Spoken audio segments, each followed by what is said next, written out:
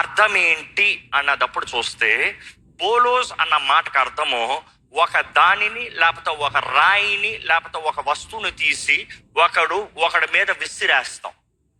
అర్థమవుతుందా? I understanding? ఒక అనుకుని చూడండి, నేను ఇది తీసి ఒకడి మీద విసిరేస్తాం. సో ఆ వేసేదాన్ని బోలోస్ అంటున్నాడు, విసురుతున్నాడు రా అన్నట్టు. సో బోలోస్ అన్న మాటకు అర్థం ఏంటంటే, ఒక వ్యక్తిని కానీ ఒకరిని కానీ ఎత్తి కొడతామో లేకపోతే విసిరేస్తామో. అదే మాట కొంచెం బైబిల్లో చూస్తాము. యేసు ప్రభు ఎగ్జాంపులర్గా చెప్తాము మంచి చెడ్డ దాసుడు గురించి. మంచి దాసుడు తన పని తన కాలంలో తను చేసుకుని పోతా ఉన్నాడు. చెడ్డదాసుడు తన యజమాని వస్తం ఆలస్యం అవుతాం చూసి తన పొరుగు వాని పైన ఏం చేస్తున్నాడంట, వాడిని దూషిస్తున్నాడు లేకపోతే తిడుతున్నాడు అన్న మాట వస్తుంది. గ్రీక్ల మాటలో చూస్తే, అది ఇంగ్లీష్లో చూస్తే రిపీటెడ్ బ్లోస్ అని వస్తుంది. ఆ రిపీటెడ్ బ్లోస్ అన్న మాటకు చూస్తే తిరిగి పంచ్ చేస్తాం, అటాకింగ్ అగైన్ అండ్ అగైన్. ఆ మాటకు అర్థం చూసినప్పుడు you would get the same word బోలోస్, విచ్ మీన్స్ మాటలు అవ్వచ్చు, వస్తువులు అవ్వచ్చు, లేకపోతే చెయ్యి అవ్వచ్చు, రిపీటెడ్ బ్లోస్ అవ్వచ్చు, కొడుతూ ఉంటాం. ఒక బాక్సరు నాన్ స్టాప్ పట బాక్స్ చేస్తాం. సో అపవాది అన్నదప్పుడు, ఇప్పుడు బాక్సర్ అన్నదప్పుడు పేరు కాదు బాక్సరు, వాడు యాక్టివిటీ బాక్సర్. సో అదే రీతిగా దెయ్యము అన్నదప్పుడు వాడు చేసే పని. సో ఈ మాటకి మీకు ఇప్పటికి అర్థం అవ్వాలి, బోలోస్ అన్న మాటకి అర్థం ఏంటి? To hit, to throw, to attack. So when it comes dia means it is ఒక్క కార్నర్ నుండి ఇంకొక సైడ్కి. ఈ మాటకి సింపుల్గా దెయ్యము చేసే పని ఏంటి?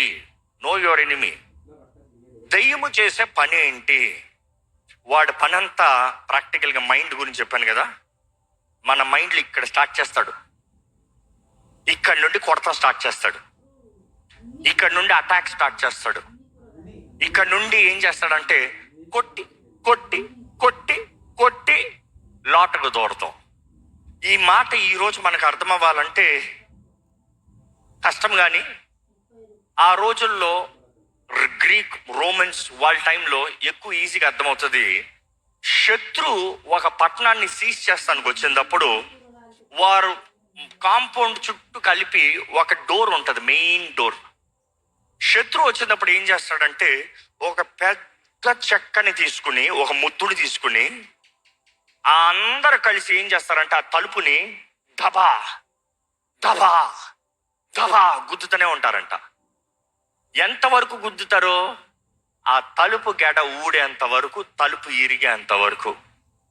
సో ఈ మాట డయాబోలోస్ అన్న మాట వచ్చినప్పటికి, దయ్యమో అన్నదప్పటికి వాడు ఏం చేస్తాడంటే వాడి పని మన జీవితాల్లో, మన మైండ్స్లో, మన కుటుంబాల్లో, మొత్తం చివరికి ఏటు వచ్చిన ఉద్యోగంలో, నీ చదువుల్లో, నీ వ్యాపారంలో, ఎక్కడవని ఏదవని అన్ని తిప్పి కలిపి వచ్చేటప్పటికి అటాక్ ఎక్కడ? నీ మైండ్.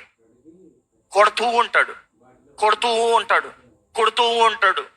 అందుకనే ఏమో చాలా మంది కుటుంబాల్లో గొడవ, ఇంట్లో గొడవ అని బయటకు వెళ్తే బయట బాలే, బయట గొడవ అని అక్కడికి వెళ్తే అక్కడ గొడవ, అక్కడ గొడవ అని ఇక్కడికి వెళ్తే ఇక్కడ గొడవ, అన్ని రంగాల నుంచి గొడవ అయిపోతుంది, పిచ్చి పడుతుంది అంటారు కొంతమంది. You have to understand, devil is attacking. దెయ్యంలో దాడి చేస్తారు. అనేక రకాల దెయ్యాలు ఉన్నారు. దే ఆర్ అసైన్డ్, ఒక్కొక్క దానికి ఒక్కొక్క గ్రూప్. వాళ్ళు దాడి చేసేటప్పుడు నీకేమవుతుందంటే మైండ్లో అటాక్స్, కాన్స్టెంట్ ఫైట్స్. ఈరోజు నా వలన అవ్వట్లేదు, తట్టుకోలేకపోతున్నాను, మనస్సు సరిగా ఆలోచించలేకపోతున్నాను. ఈ మాట అపవాది చేసే కార్యము. ఈరోజు ఈ మాట అర్థమైన వారు ఒకసారి యేసయ్యా అని పిలుస్తారా? Because I want to follow up, you are really getting it. అపవాది గాయముల నుండి, అపవాది దాడుల నుండి, అపవాది అణిచివేసే పరిస్థితుల నుండి మనల్ని విడిపించేవాడు, మనల్ని విడిపించే నామము యేసయ్య, యేసు నామం, ఆయన మాత్రమే. అందుకని ఈరోజు యేసు నామంలో ప్రతి మనసులోకి సమాధానం కలుగుతుంది. ఆయన ఆత్మ సహాయం ద్వారా మనకి శక్తి, బలాన్ని ఇస్తాడు. కంటిన్యూయింగ్ ఈ మాట గమనించాలండి. దిస్ వర్డ్ డయాబోలోస్ అని చూసినప్పుడు it does not have to be only an object, ఒక వస్తువు, ఒక రాయి మాత్రమే కాదు. మనము యేసు ప్రభు చెప్పిన ఉపమానాలను చూసాము. వాడు సహోదరుని, తోటి దాసుల్ని దూషిస్తాం. That is the word repeated blows. నోటి ద్వారంగా దూషిస్తాం. ఈరోజు మిమ్మల్ని కూడా అపవాది దూషిస్తున్నాడేమో. Hitting your mind, hitting your brain. ఒక్కసారి ఇప్పుడే పరీక్షించుకోండి. ఏంటి మీ మనస్సుల్లో, లేకపోతే మీ జీవితాల పైన, మీ కుటుంబాల పైన, మీ పైన వస్తున్న నేరాలు, వస్తున్న మాటలు ఏంటది? లోకము, అపవాది మీ గురించి చెప్పేది. ఈరోజు చాలా మంది మనసుల్లో నేను చేయలేను, నాకు కుదరదు, నాకు రాదు, నా వలన అవ్వదు, నేను ఎప్పటికీ రక్షణ పొందలేను, నేను బాగుపడలేను, నేను సరిగా బ్రతకలేను, నాకు విడుదల లేదు. అపవాది వేసే దాడులు ఏంటి?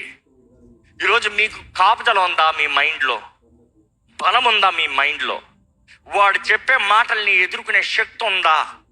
ఈరోజు అపవాది అనేటప్పుడు ప్రాక్టికల్గా వాడు ఎలాగ రిపీటెడ్ బ్లోస్ అనేటప్పుడు ఈరోజు సోషల్ మీడియా ద్వారంగా, నీ వాట్సాప్ ద్వారంగా, నీ ఫోన్ ద్వారంగా ఇంత ఉంటుందంట. ఫోన్ ఇంత పెద్ద మనుషుడిని డిప్రెస్ చేసేస్తాడంట. ఎంత ఫోన్ చేయాలంట అంటే అపవాదికి పెద్ద ఆయుధాలు అక్కర్లే. బైబిల్లో చూసినప్పుడు ఒకసారి if you can quickly turn to that passage, గొలియాతు వస్తున్నాడు, ఫిలిస్తీయుడు వస్తున్నాడు, ఇశ్రాయేలు ముందు నిలబడుతున్నాడు.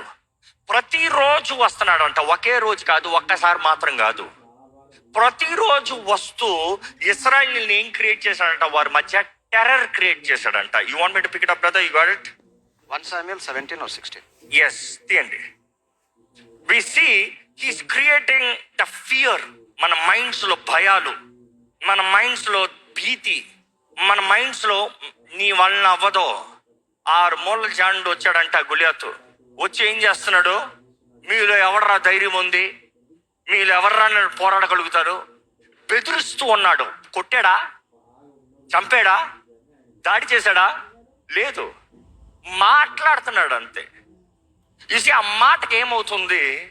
ఇశ్రాయేలు అందరు భయంతో ఉన్నారంట, రాజుతో సహా పోయి దాక్కుని ఉన్నారంట. అంటే వారు గుడారంలో లాటకు దూరం ఉన్నారంట, భయం అంట. They could not face him, nobody could encounter. ఎవరు నిలబడి పోరాడటానికి శక్తి లేని వారుగా కనబడుతున్నారు. ఎక్కడ ఒకసారి చదువుతామండి. మరియు అతని వర్స్ 7 onwards 17. 1 సమూయేలు 17 7 వచనము. అతడు నిలిచి ఇజ్రాయేలు దండువారిని పిలిచి, యుక్త పంక్తులు తీర్చుటకై బయలుదేరి వచ్చితిరి. నేను ఫిలిష్తీయుడను కానా? మీరు సౌలు దాసులు కారా? మీ పక్షముగా ఒకనిని ఏర్పరచుకొని అతని నా యొద్దకు పంపుడి. అతడు నాతో పోట్లాడి నన్ను చంపగలిగిన ఎడల మేము మీకు దాసుల మగుదుము. నేను అతనిని జయించి చంపిన ఎడల మీరును నాకు దాసులై నాకు దాస్యము చేసుదురు. ఈ దినమున నేను ఇజ్రాయేల్ సైన్యమును తిరస్కరించుచున్నాను. ఒకనిని నియమించిన ఎడల వాడును నేనును పోట్లాడుదుము. ఆ ఫిలిస్తీయుడు చెప్పుచూ వచ్చెను. సౌలును ఇజ్రాయేలీలందరూ ఆ ఫిలిస్తీయుని మాటలు వినినప్పుడు బహుభీతులైరి. మనం చూస్తున్నాం ఏమయ్యారంట? బహుభీతులయ్యారంట. భయము, భీతి. వాడు ఏం చేస్తూ వచ్చాడు? వస్తూ మాట్లాడుతూ దాడి చేస్తూ భయపెడుతూ పిరికి వాళ్ళుగా చేశారు. మనం చూస్తామండి, దావీదు ఒక్కడే కాదు గొలియాతు లాంటి వ్యక్తిని చంపింది. మనం చూస్తాం బెనాయా, ఇంకా అనేక మంది దావీదు దగ్గర ఉన్న వీరులు గొలియాతు లాంటి వారిని చంపారు. అలాంటి నెఫీనీలను కూడా చంపగలిగిన శక్తి కలిగిన వారు ఉన్నారు. కానీ ఎప్పుడైతే ఆ రిపీటెడ్ బ్లోస్, ఆ మాటలకి వారిలో ఒక టెర్రర్ వచ్చిందో అనుకుంటారండి. ఇంట్లో అమ్మ భయపడతా, పిల్లలు భయపడతారా? భయపడరా? పెద్ద పిల్లలైతే నవ్వుతారులే, చిన్న పిల్లలైతే అమ్మ సడన్ గా అక్కడ లైట్ ఆఫ్ అయింది అనుకో, పిల్లలు ఏమంటారు? పరుగో. అమ్మ ఏడుస్తున్న లైన్ గా కేకలు ఏడుస్తారు అందరు లైన్ గా. కానీ కరెంట్ పోయిందా, అమ్మ ఎవరు భయపడకండి అంతా ఫైన్ నేను ఉన్నాను ఇక్కడ నిందనుకో, పిల్లలు ఏం చేస్తారు? ఎక్కడున్నా mummy mummy mummy mummy mummy దగ్గరికి వస్తారు. ఈరోజు కుటుంబాలు నాశనం అవుతాను కూడా. ఇంట్లో నిలబడాల్సిన వారు, పోరాడాల్సిన వారు, ధైర్యం కలిగి ఉండాల్సిన వారు భయముతో, ఆందోళనతో కేక వేస్తున్నారు. కుటుంబం మొత్తం కేకలేస్తున్నారు. నిలిచి పోరాడాల్సిన వాళ్ళందరూ పిరికి పందల్లాగా భయముతో, నా వలన అవదు, మా పని అంతే, మా వలన కుదరదు, మేము చేయలేము, మేము బ్రతకలేము, మాకు రాదు. ఈరోజు మిమ్మల్ని అడుగుతున్నానండి, వాట్ ఈస్ సప్రెస్సింగ్ యూ? ఎందుకంటే అపవాది మిమ్మల్ని దాడి చేస్తూ ఉన్నాడంటే మీరు వాడిని ఎదిరించాలి. వాడు చేయగలిగినంత నీ మైండ్లోకి మాటలు వేస్తున్నాడు, నీ జీవితంలో ఒక మాటలు వేస్తున్నాడు. నువ్వేమి చేయలేవో, చంపగలిగితే చెయ్యగలిగితే, చంపాడా లేదా? చంపాడు. చేశాడా లేదా? చేశాడు. దాసులు అవుతున్నారు, అయ్యారా? పారిపోయారు. అపవాది ఎప్పుడు నువ్వు చేయగలిగితే నేను చేస్తానంటాడు, కానీ వాడు ఇప్పుడు లోపడ్డు. వాడు మరలా దాడి చేస్తానే చూస్తాడు. మనం గమనిస్తామండి బైబిల్లో, దేవుని వాక్యము మనకి జీవాహారమై ఉంది. దేవుని వాక్యము మనకి ధైర్యము తీసుకువస్తానికి ఉంది, ధైర్యంగా సిద్ధంగా ఉంది. ఈరోజు దేవుని వాక్యము మనకి నిశ్చయత నీ నోట్లోకి వస్తుంది. Because that is a thought again. You see, God likes to encourage you with a word, devil likes to discourage you with a word, but the choice is you which you believe. I am clear?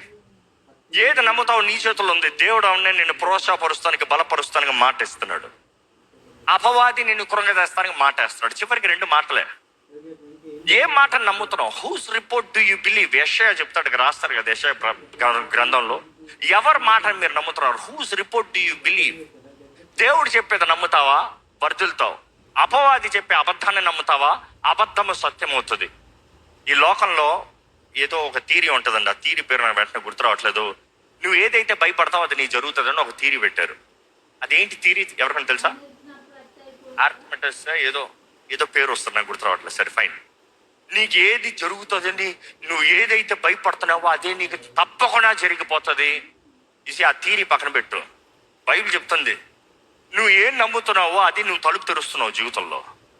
నేను దేవుని బిడ్డను, నేను దేవుని కొరకు ధైర్యంగా బ్రతుకుతా, అపవాది నన్ను మొడతాను లేదని నువ్వు ధైర్యంగా ఉంటే అపవాది నేను మొడతాను లేదు. నా పని అయిపోయింది, నేను ఓటమే, నేను బానిసనే, నేను ఇలాగనే ఉంటా, నేను పాపంలోనే ఉంటా, నా పాపానికి విడుదల లేదు, నేను పాపం ఎప్పుడు మానలేను అన్నాడు మాంటాడా? అదే జరుగుతుంది.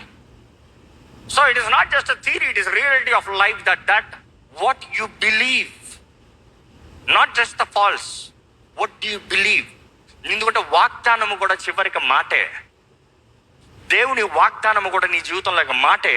నువ్వు ఆ మాటను నమ్మి పట్టుకుని బ్రతుకుతే మాత్రమే నీ బ్రతుకులు ఆ వాగ్దానం నెరవేర్పు. వాగ్దానం వచ్చినంత మాత్రాన కన్ఫర్మ్ జరిగిపోతుందా? I don't know. కానీ ఆ వాగ్దానాన్ని నువ్వు పట్టుకుని విశ్వసిస్తే జరుగుతుందా? 100% yes. 100% yes. కొన్నిసార్లు వాగ్దానాలు నీ జీవిత కాలంలో జరగపోయిన